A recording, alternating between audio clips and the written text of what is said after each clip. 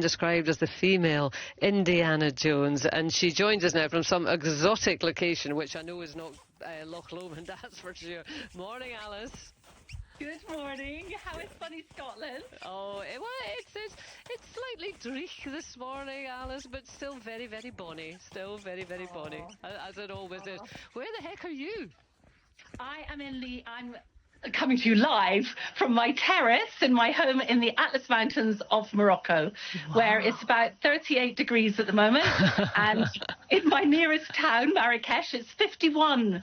51? I know, it's unbelievable, really. Oh, gosh. Well, it's looking pretty bonny there as well, I have to say. It looks fantastic. Now, listen, as a former TV news editor, the female Indiana Jones, that is quite the headline. That is good. Did you come up with that yourself? I did not. I was given it, actually, and I grasped it with both hands, and I'm running with it. Yeah, I could well see. So you had a very successful career in TV news, and then, poof, you decided to do something completely different with your life.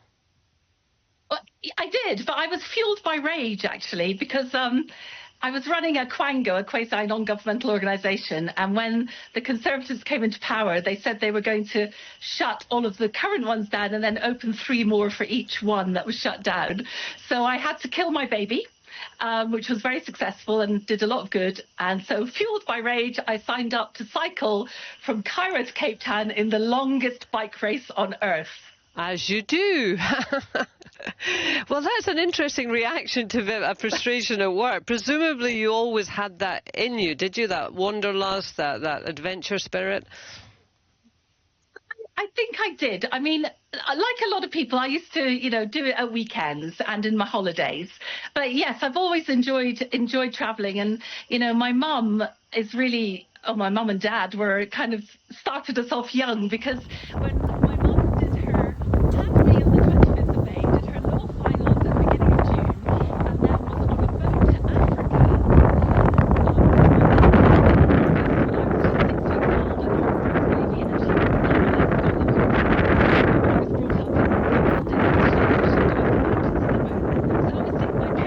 Adventurous, and they donated their genes. And you spent your first 8 years there, is that right? Oh my goodness, well done. Yes, I did. And it was the most glorious and beautiful childhood. And we were in these beautiful mountains, which were not a million miles from Scotland, because it's that feeling of freedom. Mountain people tend to have very similar characteristics. And so, yeah, that was my introduction to adventuring. Yeah, but it was a million miles from a girls' school in Edinburgh, which you came back to around about that age, yeah? Yes. At the age of 11, I was suddenly confronted with St Denis and Cranley Academy for Young Ladies. Shout out to all the OGs out there, where you wore like beige ankle socks and shoes, which I hadn't really worn much before, and 2 pairs of knickers. Ask me not why. Well, no, I don't think we should go there. We're going to go full Jean Brodie if we start getting into that conversation. So after Cape Town to Cairo, and I'm trying to kind of compute that in my head or see what that line would be, there have been a number of really sort of massive challenges since. You did the desert marathon. What do we call it again? Oh, the Marathon des Sables. Des Sables, yes. Oh, that's 6 marathons across the Sahara in 6 days, and you're carrying everything with you? Yes, that was a disaster for the feet, but I did it. Wow. I mean, age should not come into these things, Alice. It shouldn't, but you were starting our walk today, just heading for the Hijaz Railway, as it used to be called. And here we are in this light-filled desert bowl. My birthday present to myself, and what a beautiful moment when we're walking along the railway and suddenly a shepherd comes with his flock to graze them on the plain. It was hard, really, really hard. I mean, it was dreadful. You're running in 50 degrees, and the middle marathon was double, and the only thing that got me through it was a guy called John Colquhoun, and our discussion, because it was a while back, we were discussing the Scottish referendum on independence, so that got us through the night. Wow. So what was pushing you to that and to subsequent sort of major challenges and adventures that you've taken on? You're not still furious at that Quango being shot, are you? I've let it go. I've let it go, everyone. I think the thing is, so when I was working like in a I will say proper job, I shouldn't, but I do. I used to all my holidays and so on. I used to go on group trips with people like Intrepid Travel, where you basically join a group of like-minded people to go into a country you like. So some more thoughts on these marker stones here. We're right near a station, and on the right hand side they are every 50 metres. So maybe there were more of them towards the station. None on the left hand side there. And then we do like to plan because, you know, now we overplan everything. So I guess I've always had that kind of curiosity, nosiness. And I honestly think, I mean, correct me if I'm wrong, Kay, but I think it's a very Scottish thing to be a real traveller, you know, to go out and explore. And I don't know if it's historic or if it's genetic or what it is, but I would say the Scots are really great travellers, truly. شفت هذا Yeah, كبير I mean, I فوق أنا suppose for a lot of أفكر people, though, it comes down كلاب to, I mean, money is وش always going to be هاي a factor, isn't it? But هذا it also فوق comes فوق down to كلاب the صغار. luxury of time for a lot of people now, isn't it? In that if they have I think holiday there's a time, if family they of are puppies working, up then there. it's pretty precious and it's usually relatively short. So I think this is a sometimes that's family of difficult to match puppies. up with that desire for spontaneity and adventure. Look, it's a mum licking her baby and she's got two more babies. Right. And I guess the thing I would advise people is when you're planning your program, if you like, for wherever you go, do just leave some room in it then. If you don't want to, you know, if you don't want to fly by the seat of your pants and arrive in a country and then just go, do leave time every single day for just, I don't know, a coffee. Like if you come to Morocco, you have to leave time at 4 o'clock to go to the big square in Marrakesh and drink a coffee in Café de France, because that's what all the local cool people do. And it's really fun. You get to watch the acrobats, the ladies with their henna, the boys selling T-shirts in Senegal. It's really fun. So Morocco, did you just kind of, I mean, obviously you've travelled very, very extensively, but did you at some point land in Morocco and think, right, this is home? No, I came to run the Marathon des Sables, as we just discussed, and I brought one suitcase and a whole lot of hope. And I just literally stayed and, you know, kept seeking further adventures. It's a wonderful place to live. I speak Arabic. I'm learning the Amazigh Berber language where I live.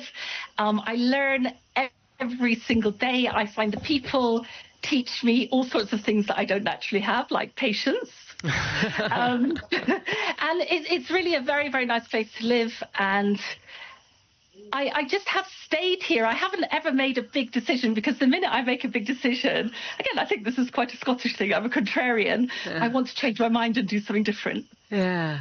And then you've always had an affinity with Arab culture, haven't you? I mean, and that goes back to when your the studies. world is on fire this at your trek then campsite. from north to south of Saudi Arabia, why you're sort of midway through that, because you've got to kind of do it through winters, haven't you? Because that summer period is just too hot. So you've done one leg, is that right? And you've got the other one yet to complete. Wow, you're amazing at your research. Yes, exactly right. It's far too hot. I mean, in Saudi now, it can reach up to 60 degrees, and that's just too hot to walk in for us, for the camels. It's impossible. Of course, you could do it if it was that or die, but it's too hot. So expedition season in Saudi is kind of autumn and spring. So we start our second leg. We did the first leg in January, February, and the second, and walked 930 kilometers with my two camels, Juicy and Lulu, and my lovely, lovely Saudi crew, including Shaya al-Shaya, who walked with me almost every step. Not quite, he got sick. But we start the second leg from Medina, the big holy city, one of the big holy cities of Islam, from outside the Prophet's mosque, on October 16th, inshallah, if God wills it. Yeah. And do you meet people along the way, or is that a very solitary, apart from your companions and your camels, who I'm sure are lovely but don't chat much, you know, is it a solitary experience? No, you do meet people. Sometimes we're really way out in the wilderness and then there are fewer people, but we do meet people along the way. And what has been so fantastic for me, honestly, one of the best things is how delighted the Saudis are when they hear what I'm doing.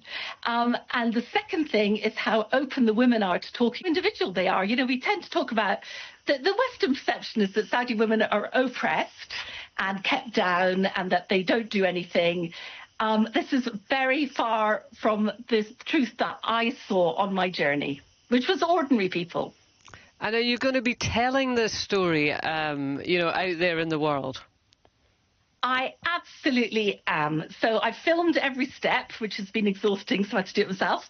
And we're hoping to do a TV series about it, or if not, a YouTube series or a film. And I also, you know, I have all the usual social media blogs, etc., which you can find. If you just search Alice Saudi or Alice Morocco, you'll find me. Fantastic. Well, listen, Alice, just before you go, and this is going to be a really hard question for you, because I'm thinking I'm going to ask my listeners, how very grand of me, our listeners, I didn't mean that, you know, have they got a favourite unexpected holiday memory, something that they hadn't planned but just happened, which I think is a nice thing for people to think about. And I'm going to ask you that to kick us off, but you will have so many, it's going to be very difficult for you to choose a standout, but can you give me one? Yes, I can, because I was talking about it this morning. When I was 22, I travelled across Egypt on my own. And that's always a bit fraught, because when you're 22, you get an awful lot of male attention. Now that I'm marvellously in midlife, it has faded, which is a good thing. So I'm travelling alone, and there were no buses. I was in Luxor, if you know that area, where all the pharaohs' tombs and the amazing temples are. And I wanted to go further inland to an oasis. So I hitched a lift. Right. On a guy on a motorbike who just treated me with so much respect. He was a young guy, but I spoke to him in Arabic. I said, look, I'm really stuck. I need a lift. He put me on the back of his motorbike, and, you know, I had my legs at the side, not astride, because it's all very modest. Like a good St. Dennis and Cranley girl. At last, that training mattered. And he drove me to this oasis. And when I arrived, the sun was setting over the palm trees. It was a natural hot spring. It was so insanely beautiful. It was actually nearer to the Western Desert. And the mosquitoes were biting. That was the only thing. So I remember it so vividly. And there was one old man looking after the kind of guest house, the only guest house. So my lovely young man on a motorbike left me there and said, do you want a lift tomorrow? And was really looking after me. And then this lovely old man, it was so touching. He had some local bread, and he had one tin of, I think it was plum rose sausages. You know those sausages in a tin? Yeah. And it was obviously his proudest possession. And he opened it up and insisted I ate them. Oh, gosh, what a beautiful gesture. Yeah. I know, honestly. Look, it was 40 years ago, and I remember it vividly, because that is what you remember in life. You remember kindness. Yeah. Well, thank you for that then. That's great. That is really going to get people thinking this morning. And the female India Jones, my goodness, you have absolutely earned it, Alice. Thank you very much indeed, Alice Morrison there. And what a lovely story that is, isn't it? And it is amazing how you can remember little scenes in your life from decades ago with such clarity. It's incredible, isn't it?